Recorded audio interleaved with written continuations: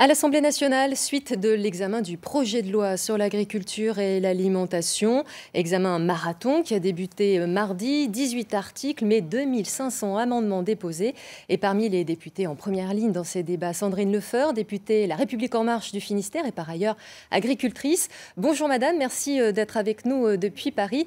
Dites-nous, quelle est l'ambiance dans l'hémicycle alors que les discussions vont bon train depuis mardi ? Alors bonjour, les discussions sont très denses. C'est vrai que c'est un projet qui passionne. Tous les députés sont concernés puisqu'on a tous des agriculteurs chez nous. Donc ça passionne et c'est des débats assez constructifs. Mais est-ce qu'il y a du monde dans l'hémicycle? Parce que quand on regarde des images, on s'aperçoit que les rangs sont un peu clairsemés par moments. Alors oui, c'est vrai que voilà, il y a quand même beaucoup de députés qui s'engagent sur ce texte-là. Bon, après, chacun a aussi dans ses circonscriptions des engagements, j'imagine bien, mais on est quand même relativement mobilisés sur ce texte pour le week-end, même s'il le faut.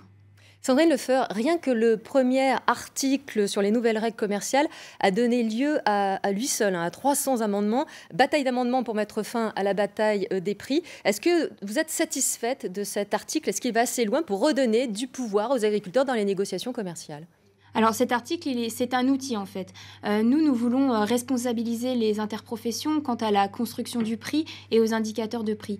Par contre, moi c'est vrai que je mets en garde aussi pour que les producteurs soient en force, on va dire, dans ces interprofessions pour construire les indicateurs de prix. Il faut aussi pouvoir les soutenir et en cas de non-accord dans les interprofessions, c'est vrai que nous avons décidé qu'il y aurait l'Observatoire de la formation des prix et des marges qui pourrait valider ou intervenir en cas de non-accord dans les interpros. Mais aujourd'hui, l'idée, c'est bien de redonner aux interpros qu'elles prennent leurs responsabilités aussi et qu'elles prennent leur part dans la construction du prix avec les distributeurs, les industriels et les producteurs. Oui, mais en même temps, ça grogne dans les rangs des organisations syndicales agricoles. Ils parlent de combat du pot de terre contre le pot de fer. Pose cette question, qui va fixer le prix au final? Parce que les interprofessions ne pourront qu'énoncer des recommandations.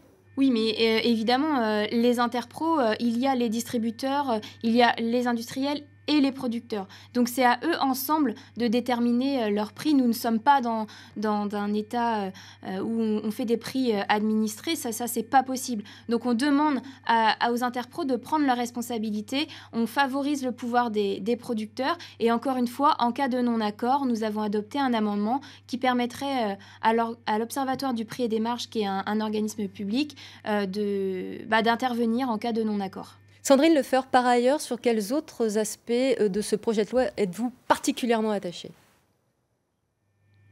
Alors il y a l'article 4 qui met en avant aussi le rôle du médiateur. L'agriculteur, en cas on va dire de non-accord dans le contrat avec la grande distribution, pourra saisir le médiateur avant d'en arriver devant la justice. Il y a aussi tout le titre 2, évidemment, puisque je suis clairement engagée sur la réduction massive des produits phytosanitaires. L'article 11 avec la restauration collective, où on demande plus de produits locaux et du bio dans la part des restaurations collectives.